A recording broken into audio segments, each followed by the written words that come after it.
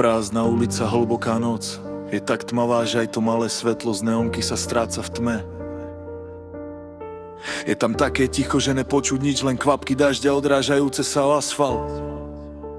A tam niekde stojíme a kladem si otázku: kde ste boli?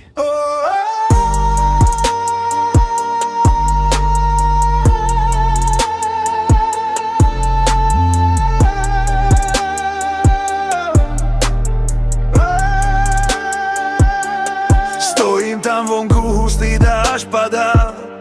Stojím tam, len tak otázky hľadám. Kde boli všetci, keď nemal som nič?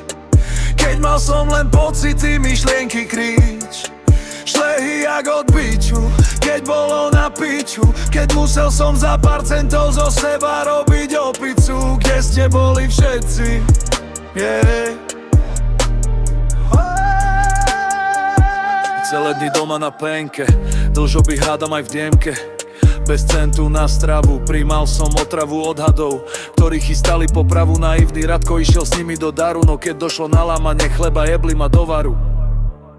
Kde ste boli všetci? Každý deň múdre reči, treba ísť do práce, lebo bez práce nie sú koláče samé múdre reči. Dnes som to ja, čo vraví, choďte už do piče.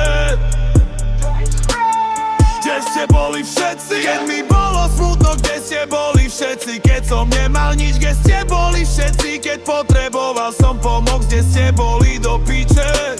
To musíš tak a takto, choďte do piče.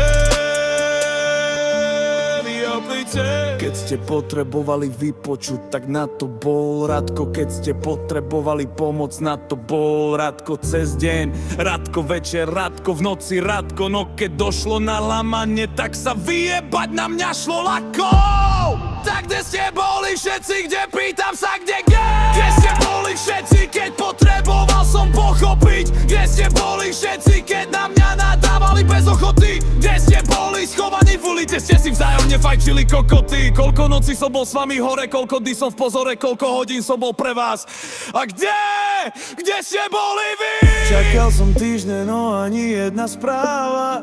Hlava dole v pohode, aj to sa stáva. Veď s ľuďmi ako vy to nemohla byť žiadna sláva. Však bavme sa s tým kokotom, pozri ako dáva. Hej, kde ste boli vy?